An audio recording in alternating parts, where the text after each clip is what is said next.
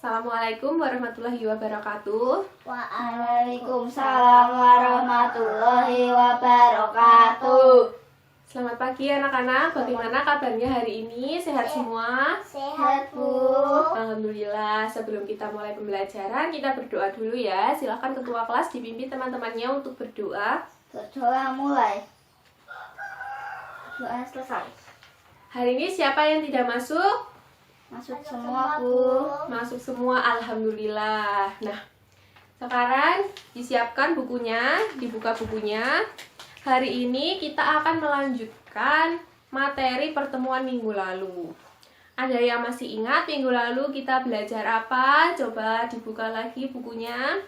Minggu lalu kita belajar apa ya? Siapa yang masih ingat? Yuk dibuka bukunya. Coba, siapa yang masih ingat? Iya, Happy. Apa? Minggu lalu kita belajar apa? Sistem lingkungan reaksi eksoterm dan endoterm, Bu. Iya, selain itu kita belajar apa lagi? Coba, siapa yang ingat? Selain yang disebutkan Happy tadi. Iya, Kiki. Apa? Energi dan entalpi, Bu. Iya, jadi minggu lalu kita juga belajar energi dan entalpi ya. Nah, sekarang coba Ibu tanya, siapa yang masih ingat apa itu entalpi?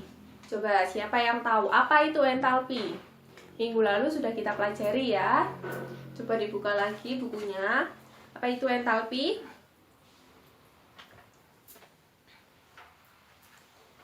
Iya, Poppy. Apa entalpi? Kandungan kalor yang dimiliki suatu zat atau sistem, Bu. Iya, benar ya. Benar sekali. Nah, hari ini kita akan melanjutkan materi itu dan membahas jenis-jenis perubahan entalpi. Semua sudah baca bukunya ya? Sudah, Bu. Nah, pasti tahu ada berapa jenis entalpi yang akan kita pelajari hari ini? 4. Ada 4. Coba siapa yang bisa menyebutkan? Ada 4 tuh apa saja? Ya, Nabil. Ada apa saja itu?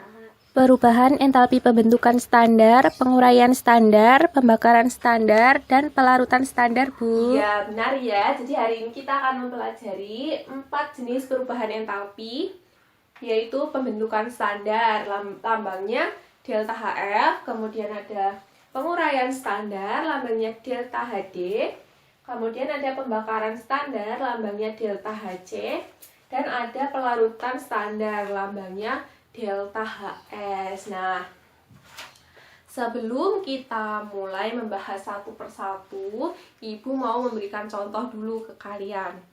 Nih, misalnya ya, ada Kiki. Dia ke pantai membawa 1 ember air. Kemudian, Kiki menuangkan 1 ember air itu ke pantai. Nah, kira-kira air pantainya itu berapa liter? Siapa yang tahu? Ada yang tahu kira-kira berapa air pantainya itu? Berapa liter? Coba ada yang tahu? Tidak tahu, Bu. Tidak tahu katanya. Coba ayo, yang lain siapa yang tahu? Kira-kira berapa ya? Berapa liter air pantainya sekarang setelah ditambahkan 1 ember air oleh Kiki? Siapa yang tahu?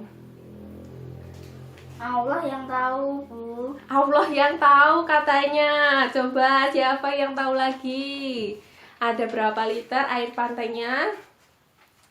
Coba Poppy. Ada berapa liter Poppy? Air pantai tidak bisa dihitung jumlahnya, Bu, karena tidak terhingga. Iya, kata Poppy, air laut tidak bisa dihitung karena jumlahnya tidak terhingga. Kira-kira setuju tidak dengan pendapat Poppy? Hanin setuju dengan pendapat Poppy? Setuju, Bu. Setuju. Jadi benar ya, air laut itu tidak dapat dihitung karena jumlahnya itu sangat banyak. Laut itu kan sangat luas sekali ya. Nah, seperti itu gambaran dari entalpi. Kita tidak bisa mengetahui berapa jumlah entalpinya, tapi kita hanya bisa tahu perubahannya, seperti air pantai tadi. Kita tidak bisa tahu jumlah air pantai keseluruhan, tapi yang kita bisa tahu adalah air pantai itu baru saja bertambah 1 ember dari Kiki. Seperti itu ya entalpi. Ya, Bu. Kita tidak bisa menghitung kalor yang dimiliki oleh suatu sistem, tapi yang dapat kita ketahui adalah perubahannya. Nah, perubahan yang terjadi di dalamnya itu disebut dengan perubahan entalpi yang dilambangkan dengan delta H. Sudah paham semuanya? Sudah, Bu. Nah, setelah ini Ibu akan membagikan lembar kerja kepada kalian.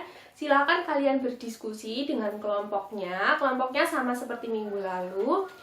Kalian harus berdiskusi 20 menit. Kemudian seperti biasa Ibu akan memanggil kelompok secara acak untuk presentasi di depan kelas. Sudah paham semuanya? Sudah, Bu. Oke, sekarang silakan duduk sesuai kelompoknya dan mulai berdiskusi ya. Bagaimana anak-anak, sudah selesai diskusinya? Sudah ya. Sekarang Ibu panggil kelompok 1 maju mempresentasikan hasilnya di depan. Silahkan kelompok 1. Bagus sekali ya hasil presentasi dari kelompok 1. Sudah lengkap, sudah benar. Mereka sudah menjelaskan masing-masing jenis perubahan entalpi. Kemudian juga sudah disajikan contoh-contohnya. Jadi sudah lengkap ya. Nah, dari kalian ada yang ingin bertanya atau sudah paham semuanya? Bagaimana? Sudah paham semuanya? Izin bertanya, Bu. Iya, Kiki. Silahkan, Kiki. Bagaimana cara membedakan pembentukan standar dan pembakaran standar karena di contohnya sama-sama ditambah dengan O2, Bu? Oke, Ibu akan jelaskan ya. Jadi, perbedaan dari pembentukan standar dan pembakaran standar. Nah, di sini kan contohnya ada O2 ya. Mungkin ini ya yang membuat bingung. Jadi, O2 di sini, di pembentukan standar ini, O2-nya itu adalah unsur bebas. Jadi, yang perlu diingat, pembentukan standar itu suatu senyawa dibentuk dari unsur-unsur bebasnya. Nah, di sini O2 ini adalah unsur bebasnya. Sedangkan di pembakaran ini, syaratnya suatu senyawa itu kalau dibakar itu harus direaksikan dengan O2, kemudian akan dihasilkan CO2. Jadi bedanya di situ ya. Bagaimana, Kiki, sudah paham? Sudah paham. Oke, yang lain ada yang ingin ditanyakan? Atau sudah paham semuanya?